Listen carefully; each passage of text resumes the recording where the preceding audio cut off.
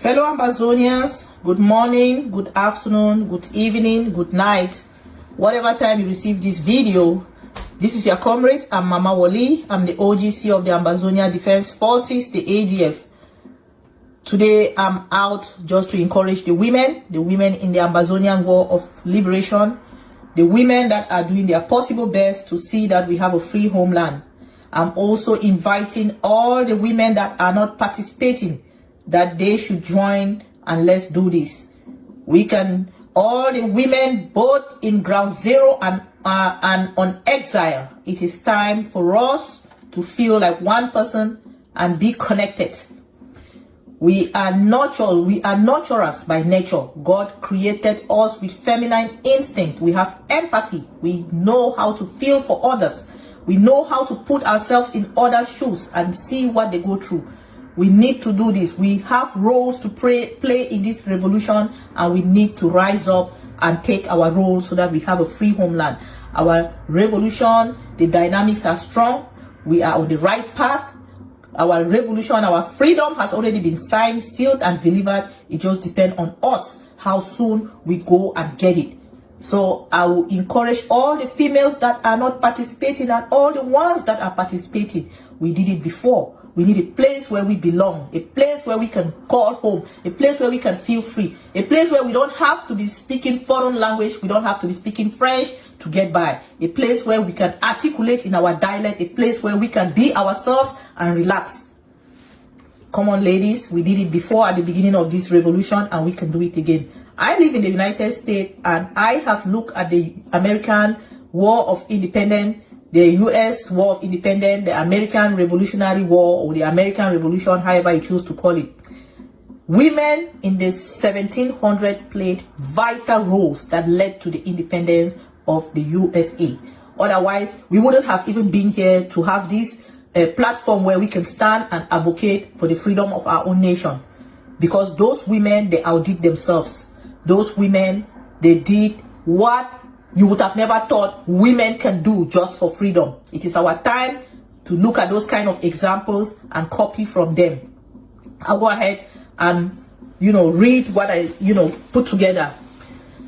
The conflict resulted from tension between 13 colonies and the British Crown. Britain created tension by passing laws which colonies thought it was violating their right to self-govern.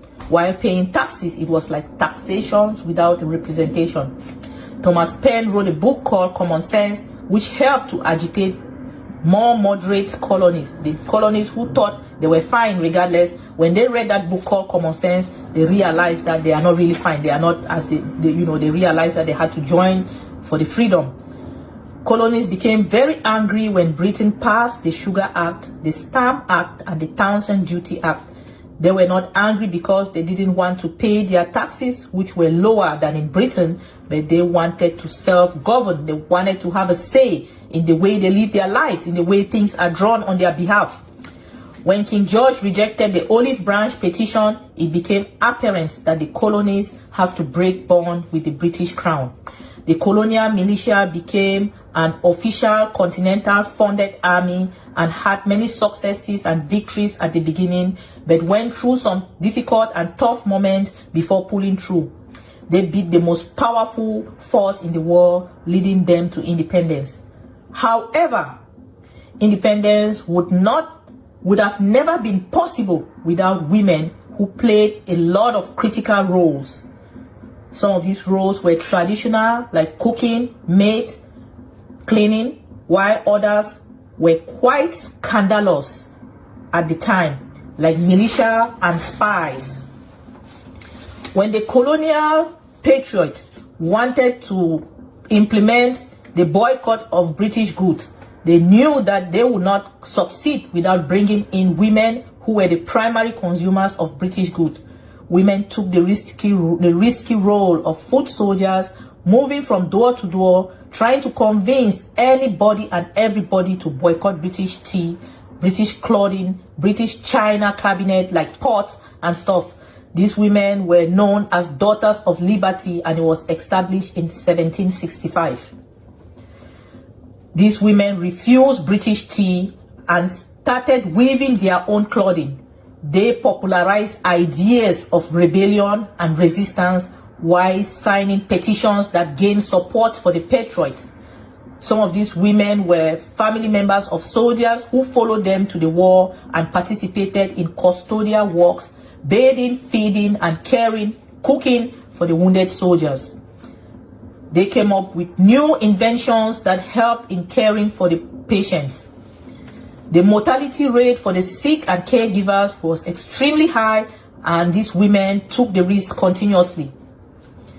Mary Waters was an immigrant army nurse from Dublin to Philadelphia, where she abandoned her career in medicine to become a revolutionary nurse, which earned her the recognition of a prominent patriot, Benjamin Rush, because of her hard and tireless work in the hospital. Mary Chrisley was one of only 4 revolutionary nurses taking care of 100 wounded soldiers in a colonial ship. Employment as a revolutionary nurse was very demanding, difficult, harsh, and risky, but it is one that the war couldn't have been a success without. Jobs like tailors, cooks, and maids, which were reserved for male soldiers, were taken over by women during the war. Margaret Corbin from Philadelphia followed her husband John Corbin as a matron, responsible for loading and firing the cannon. When her husband was killed, the cannon was unmanned, so she sprang into action and continued firing the cannon until she got wounded. They lost that battle, but she earned a pension for her duty, and she inspired many women to join the war. Many women were secret soldiers disguised as men by cutting their hair and banding their breasts with a band-aid. Deborah Samson fought in Massachusetts under airlist Robert Shirtlift over a year before her identity was uncovered. Anne Bailey fought as Sam Gay and was promoted to corporal before her identity was uncovered, leading to her arrest and imprisonment. And when she came out of prison, she enlisted and served again. Many women were leaders in the army, leading men to victory. Women also took the risky role of spies, and these women were cooks and maids for the British militia. These women were eavesdropping on conversation on militia movement, on military movement, deliveries, supply shortages, and military plans. Information transfer was easy because most of the battles were fought in farms. When the battle moved to New York, 335 was a name given to a female spy unit. Hannah Blair was a Quaker from North Carolina. She had a farm where she would hide, feed, protect, and mend uniforms for the military. When the enemy discovered her farm was burned down, but she was compensated with pension after the war. During the war, women stepped forward to run businesses, farming, they sold uniforms, they raised funds, they supplied food for the military, and many men would have returned to bankruptcy if not of the women. Without women, men soldiers would not have the necessary amount of clothing or food, reinforcement, and secret information during the fighting. Not only would they have lost the war, they would have met an economy in a broken state. Some of these women were rewarded with pension for their services. Deborah Samson wrote a memoir about her participation during the war. These women took up selfless roles to achieve independence, risking everything, and were the central reason why the war was a success and America has freedom today. Now, us as Ambazonian women, can we learn from that? Can we learn from that? Most of the women in Ground Zero, they are doing it. They are fighting as men. They are caregivers. They are doing most of the things that the women in the 1700s in the American Revolutionary War did. Can we learn from that in the diaspora women and do our best to make sure that we have a free homeland? When this revolution started, things were moving in the right direction. We were together. The women were together. We were on each other's inbox. We were praying. We were raising funds. We were participating in the best way we knew her at that time. But when they went to Zaria and came out with a mafia called a government, and everything was shattered. Women that were like friends with us, natural activists, they were given positions. They were ambassadors. They were branded governors. They were branded commissioners. And that is what La République rejected. You know, they did not give us. So the women took it, and they thought it was their time. And they gave an ultimatum that in 48 hours, if we don't join the train, we will be dropped off. The women of the Ambazonia Governing Council, the AGOVC at that time, we got together, we started doing our own thing to support the refugees, to support the internally displaced people, to support the prisoners, and to do whatever we could at that time. We thank the humanitarian who was helping in facilitating, taking care of especially the IDPs and the prisoners. We had this group called Deborah Arising with 4 women. We were doing all these things. And when our son, General Ivor, came and cried, we thank the humanitarian who was helping in facilitating, taking care of especially the IDPs and the prisoners.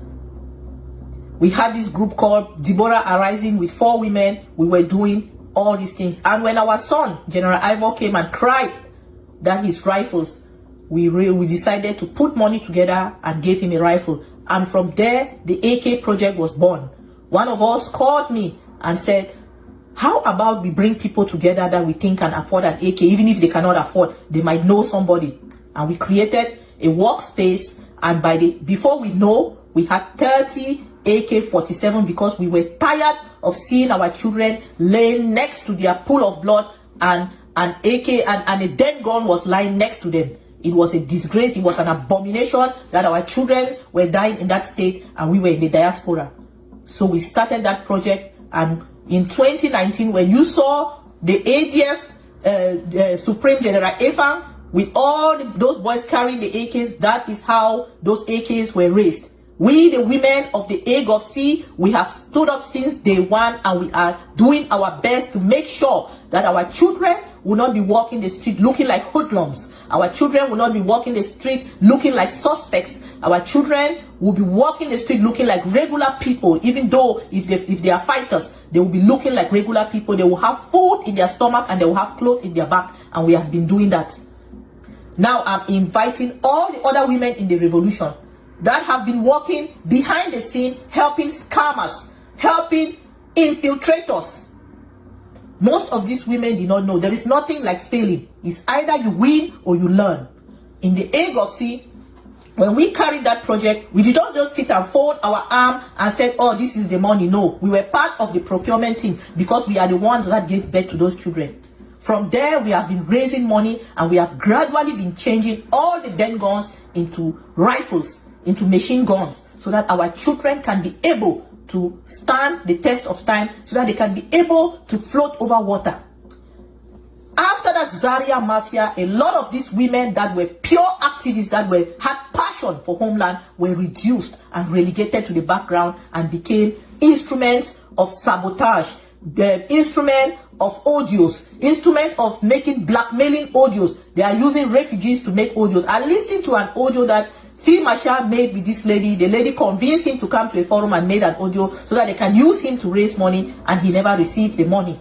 When he came to ask, they said the president said that they should put it in public form. My heart was bleeding when I listened to that audio. And how did women get there to let themselves to be used like that? We, the women of the Ambazonia Governing Council, will never be on social media no day crying, because when funds are raised, we are the eyes of that fund, not because we suspect anybody, but because we are the mothers of those children, and we make sure that everything that is raised under the Ambazonia Governing Council or the Ambazonian Defense Forces get to the right place and get to the right hand, so that our children can be able to be strong, to project power. So now I'm inviting everybody, all the women that have fallen, that you should get up pick yourself up, dust yourself off, and hit the ground running. We have listened to the American women that participated in the 1700s. What are we doing? What are we doing to let ourselves be used for sabotage, be used for negativity? You can make audio, but let it be a positive audio. When we did that AK project, we have women that were of age of C. At that time, they were not even in the project, but they brought in other women. They brought referrals that came in and bought AK-47. That is how we know women can do it. We have the potential. We have everything possible for us to do it. Let us not sit back and let ourselves be used as instrument of sabotage. That is not our portion. That's not where we belong. As humans, we are able to do better. And I'm encouraging every woman, don't look at yourself and think, oh, it's finished for me. There is a lot of work to be done. And I would really like if all the women can come together just to make sure that our children have the right instrument, they have the right guns to carry, they have the right outfit to wear, the shoes on their foot, the food in their stomach. We eat here in America, we throw food away. Meanwhile, our children are struggling. I'm really inviting all the Ambazonian men to come together. Oh, the end of this month, February 26th, is a clarion call. Come together, let's raise funds. The age of C women, we don't sit back. We are part of everything, procurement, transfer. We are part of everything till everything gets to the final destination. I'll end here, and I will encourage that this video be shared to every Ambazonian women. Let us check our souls. Let us check our inner being and remove that strength that we have. This is the time. We need a homeland of our own. We need a place where we can belong, a place where we can chill and hang out, a place where we don't have to dress to fit somebody. We don't have to speak a language to impress. We can be ourselves. We were born to be ourselves. So I will end here, and again, I'm extending this hand of relationship that if there is a way that we can go back to how we were before, some men infiltrated the women and used them as instruments of sabotage. It is wrong, and we are fighting a just cause, and God is watching us. I'll end here. Have a blessed week. Share this video. All the Ambazonian men, February 26, 2021, we will be having a fundraiser. All the Ambazonian women, find in your heart to see that we should do the right thing. Let's team together, make sure that this journey is short for everybody. This is your comrade. I'm Mama Wally, the OGC of the Ambazonia Defense Forces, the ADF.